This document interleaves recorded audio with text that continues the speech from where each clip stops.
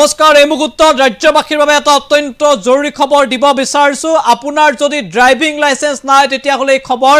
আপোনাৰ বাবে অত্যন্ত গুৰুত্বপূৰ্ণ কিয়নো এতিয়াৰ পৰা ড্ৰাইভিং লাইসেন্স বিচাৰি আপুনি আৰু চৰকাৰী কাৰ্যালয়লৈ যাব নালাগে ড্ৰাইভিং লাইসেন্সৰ বাবে আপুনি গৈ দ্বিতীয় কাৰ্যালয়টো হাৰি পতাৰ কোনো প্ৰয়োজন নাই সেইদিন উকলিলে 1 জুনৰ পৰা নতুন নিয়ম অসমত বলবৎ হ'ব আৰু অতি সহজতে আপুনি ড্ৰাইভিং লাইসেন্স লাভ কৰিব আৰু এবাৰ চৰকাৰী কাৰ্যালয়লৈ নোযোৱাকৈ আপুনি ড্ৰাইভিং লাইসেন্স লাভ কৰিব কোনো ধৰণৰ চৰকাৰী কাৰ্যালয়ত গৈ আপুনি পৰীক্ষা দি হাৰি পতাৰ কোনো প্ৰয়োজন নাই আপুনি সহজতে ড্ৰাইভিং লাইসেন্স লাভ কৰিব আৰু আমি উল্লেখ কৰিছো যে লাইসেন্স বিচাৰি এতিয়াৰ পৰা যাব নালাগে চৰকাৰী কাৰ্যালয়লৈ যিসকলৰ ড্ৰাইভিং লাইসেন্স নাই আপোনালোকে ড্ৰাইভিং লাইসেন্সৰ বাবে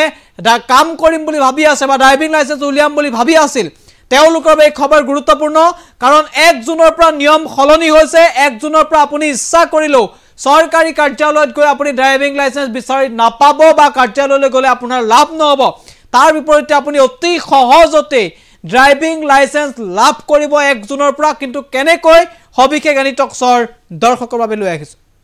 আমি জনাইছো এই মুহূৰ্তৰ সবাতোকৈ জৰুৰী খবৰ যে ড্ৰাইভিং লাইসেন্স বিচাৰি এতিয়াৰ পৰা যাব নালাগে চৰকাৰী কাৰ্যালয়লৈ ড্ৰাইভিং লাইসেন্স বিচাৰি দ্বিতীয় কাৰ্যালয়ত হাৰি পতাৰ দিন উকলি নিশ্চিতভাৱে গুৰুত্বপূৰ্ণ আৰু ভাল খবৰ 1 জুনৰ পৰা নতুন নিয়ম বলবৎ হ'ব সমগ্ৰ দেশতে এটা নতুন নিয়ম আহি আছে 1 জুনৰ পৰা সহজতে এতিয়া লাভ কৰিব ড্ৰাইভিং লাইসেন্স সহজতে লাভ কৰিব ড্ৰাইভিং লাইসেন্স অতি সহজতে পাব ব্যক্তিগত ড্ৰাইভিং প্ৰশিক্ষণ কেন্দ্ৰ অনুষ্ঠিত কৰিব যোগ্যতাৰ পৰীক্ষা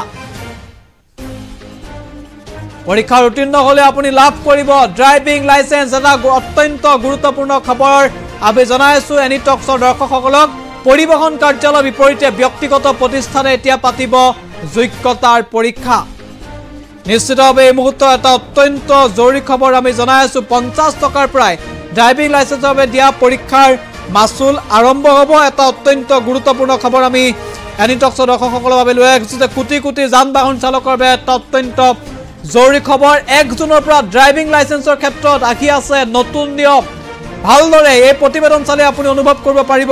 কাৰণ ড্ৰাইভিং লাইসেন্সৰ ক্ষেত্ৰত নতুন নিয়ম ঘোষণা কৰিছে পথ পৰিবহন আৰু ঘাইপথ মন্ত্ৰণালয়ে